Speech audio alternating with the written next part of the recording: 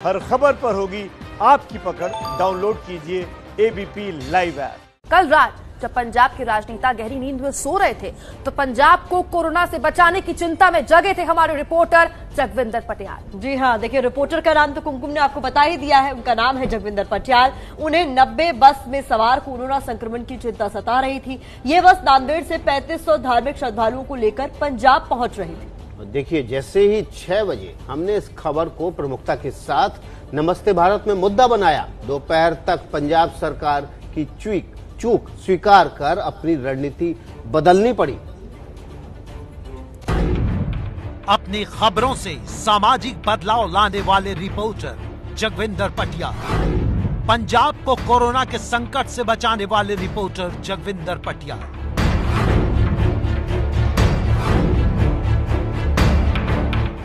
कल सुबह 6 बजे से नमस्ते भारत ने इन बसों को मुद्दा बनाया था, जिसमें कोरोना से बचाव की सामाजिक दूरी के नियम की धज्जियां उड़ाई गई थी। इन्हीं 90 बस में 3500 धार्मिक श्रद्धालु महाराष्ट्र के नांदेड़ से लाए जा रहे थे।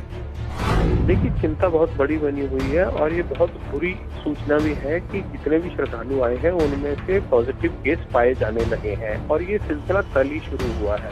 रात 35 श्रद्धालु मोहाली में भी आए हैं वापस, उनको कल ही क्वारंटीन कर दिया गया है। इन्हीं बसों में बैठे 14 श्रद्धालु संक्रमित निकले। आफत से पंजाब सरकार को ही पार पाना है, क्योंकि गलतियां हो गई, ये बात सही है। लोग अपने थे, उनको वापस लाना था और वो वहां कोई कामकाज के लिए नहीं गए थे, ये भी पता है।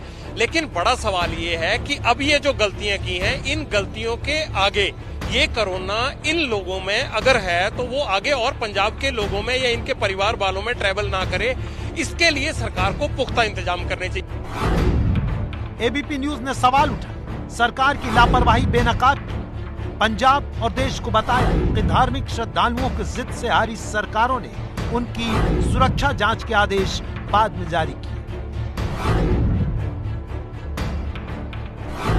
फिर पंजाब के मंत्री ने माना कि गलती हुई, मुख्यमंत्री ने माना कि गलती हुई। जगविंदर पटियाल लगातार पंजाब को कोरोना से बचाने के लिए लगे रहे, देर रात तक डटे रहे।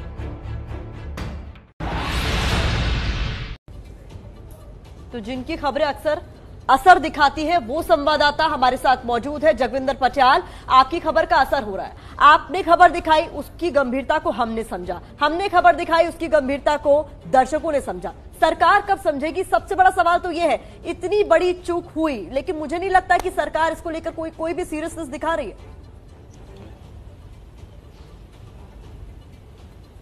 देखिए प्रतिमा, हमसे हेल्थ मिनिस्टर ने रात ही कह दिया था कि सब मुद्दों पर कॉग्निजेंस लिया गया है और सबसे पहले उन्होंने कहा कि बठिंडा और हरीके से जो बसें महाराष्ट्र से चली थी और पंजाब में प्रवेश हुई हैं, इन दोनों बॉर्डर पर कहीं ना कहीं चूक हुई है, इस बात की जांच की जा रही है। दूसरा, उन्होंने कहा कि सबसे पहले तरनतारन में जो श्रद्धालु पहुंचे उनमें से अब तक 8 लोग संक्रमित पाए गए हैं। वो 8 लोग अपने भाड़े के वाहनों से महाराष्ट्र से यहां तक पहुंचे थे। वो बसों में क्यों नहीं आए, वो क्वारंटीन क्यों नहीं हुए, इस बात को लेकर क्रिमिनल केस भी दर्ज करवाया जा सकता है। उन्होंने कहा होम डिपार्टमेंट के जरिए हेल्थ डिपार्टमेंट इस बात की पूरी जानकारी ले रहा है और हम इस बात पर भी कार्रवाई करेंगे। तीसरा, एक हमने दिखाया था कि कैसे धूल भरी एम्बुलेंसेज में उन मरीजों को जिनका कोविड टेस्ट किया जाना है उनको ले जाया जा रहा है और वो उसमें बैठने से इनकार कर रहे हैं। इस पर हेल्थ मिनिस्टर बलबीर सिद्धू ने हमसे कहा कल रात कि इस पर हमने एसएमओ से रिपोर्ट मांगी है और जिसने भी वो एम्बुलेंस वहां पर भेजी थी उसके खिलाफ भी सख्त कार्रवाई की जाएगी। मैं कुल मिला के बता दूं कि एबीपी न्यूज कल लगातार तकरीबन 12 घंटे तक इस पूरे मसले की रिपोर्टिंग करता रहा कि कैसे कैप्टन सरकार लापरवाही से काम कर रही है और इससे कोरोना के केस बढ़ेंगे। अब तक 4 जिलों में 14 केस आ भी चुके हैं और सैकड़ों की रिपोर्ट अभी आनी बाकी है। जो नांदेड़ साहब से श्रद्धालु आ रहे हैं वो सभी श्रद्धालु पहुंचे नहीं है, अभी भी उनका आना बादस्तूर जारी है। तो ये आंकड़ा और बढ़ सकता है, इस बात से इनकार नहीं किया जा सकता। लेकिन सवाल ये उठता है कि सरकार किस तरह के इंतजाम कर रही है और उन इंतजामों पर हमारी नजर है, हम उस पर नजर बनाकर रखेंगे, कोरोना पंजाब में नहीं फैलने देंगे। जगविंदर, आप कह रहे हैं कि जो लोग भाड़े की गाड़ी करके आए, पंजाब पहुंचे, उनके खिलाफ मुकदमा दर्ज होगा। पंजाब सरकार ने भी तो अपनी गाड़ियां भेज के उनको भर के लेके आए बिना किसी गाइडलाइन के। मंत्री पर क्यों नहीं मुकदमा दर्ज करते? देखिए 35-40 दिन से नांदेड़ साहब में दर्शन करने के बाद लॉकडाउन के चलते लोग फंस गए थे। तो उसके जब वहां पर बसें पहुंची तो लोगों ने परमिशन मिलने के बाद इतनी जल्दबाजी मचाई कि ये गलती लोगों से हुई है। लेकिन सवाल ये उठता है कि जब बसें गई थी, सरकारों का अगर दोनों का आपस में तालमेल था तो वो भाड़े की गाड़ियों से आ कैसे गए, उनको परमिट किसने दिया, ये तमाम चीजें जांच का विषय है। रास्ते में वो कहाँ रुके, जहां रास्ते में रुके क्या वहां उन्होंने कोरोना फैलाया या उनके अंदर संक्रमित तो नहीं हुआ। इन तमाम चीजों की एक विस्तृत जांच, मैं तो कहूंगा कि अगर न्यायिक जांच हो तब ये पता चलेगा कि किसके स्तर पर कहां चूक हुई। लेकिन सरकारों का ढीला रवैया महाराष्ट्र का भी और पंजाब का भी नजर आता है। उन्होंने श्रद्धालुओं को ऐसे लाए जैसे बड़ी रूटीन का काम होता है और अपने सिर से उन्होंने जैसे बाहर उतारा हो। इस तरह की कार्रवाई नहीं होनी चाहिए थी। ये एक संवेदनशील और बेहद संजीदा महामारी का मुद्दा है। जगविंदर, हमने बात की क्या नहीं होना चाहिए था, अब बात क्या हो, क्योंकि लगातार जिले दर जिले संक्रमण फैल रहा है। जो तरनतारन ग्रीन जोन में आ गया था वो वापस रेड जोन में चला गया। आज एक और जिले में हमने खबर दिखाई जहां 2 पॉजिटिव मरीज आ गए हैं। अभी ताजा अपडेट क्या है? ताजा अपडेट अभी जो रिपोर्ट्स आती है ना वो या तो देर रात तक पहुंचती है, 16 घंटे लगते हैं रिपोर्ट आने में। तो ये जो हमने दिखाई है ये रात 1 बजे तक की रिपोर्ट है।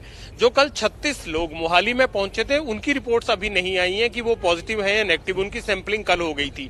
इसी तरह से अमृतसर, लुधियाना में भी तकरीबन 300-400 लोग ऐसे पहुंचे हुए हैं जिनको क्वारंटीन किया गया, उनकी रिपोर्ट आनी बाकी है। ये सिलसिला अभी लंबे दौर तक चलेगा। ये आगे 1 हफ्ते तक ये तमाम रिपोर्ट्स आती रहेंगी, तब धीरे धीरे पता चलेगा कि कितने लोग संक्रमित हैं और कितने नहीं है। कोविड टेस्ट ना तो इन तमाम श्रद्धालुओं के आने से पहले नांदेड़ साहब में हुए हैं और ना ही आते ही यहां पर सबके हो चुके हैं। इसलिए इस बात पर कंक्लूजन पर पहुंचना अभी मुश्किल है। लेकिन नांदेड़ साहब के जो गुरुद्वारा मैनेजमेंट बोर्ड है उसने हमें कल देर रात ये जरूर बताया कि जब लॉकडाउन हुआ था तब 10 दिन बाद इन श्रद्धालुओं का कोविड टेस्ट नांदेड़ में हुआ था और उसके बाद जब अब इनको 24 अप्रैल को पंजाब के लिए रवाना किया गया तब कोविड टेस्ट नहीं हुआ, लेकिन इनकी स्क्रीनिंग की गई थी, यानी थर्मोमीटर से इनको चेक किया गया था कि किसको बुखार, खांसी, जुकाम है या नहीं है। तो ये 2 चीजों के बीच में जो बीच का अंतराल है महाराष्ट्र के केस वो काफी है, वो बहुत बड़ा अंतराल है और उस अंतराल के बीच में कौन संक्रमित हुआ कौन नहीं हुआ इस बात को भगवान ही जानता है। जी जी जगविंदर, आपकी बातों से इतना साफ है कि सरकार जब तक स्यापा मुखिया एटीट्यूड से बाहर नहीं आ जाती है ना तब तक इस तरीके की लापरवाही के केसेस सामने आते रहेंगे और नुकसान सिर्फ भारत का होगा।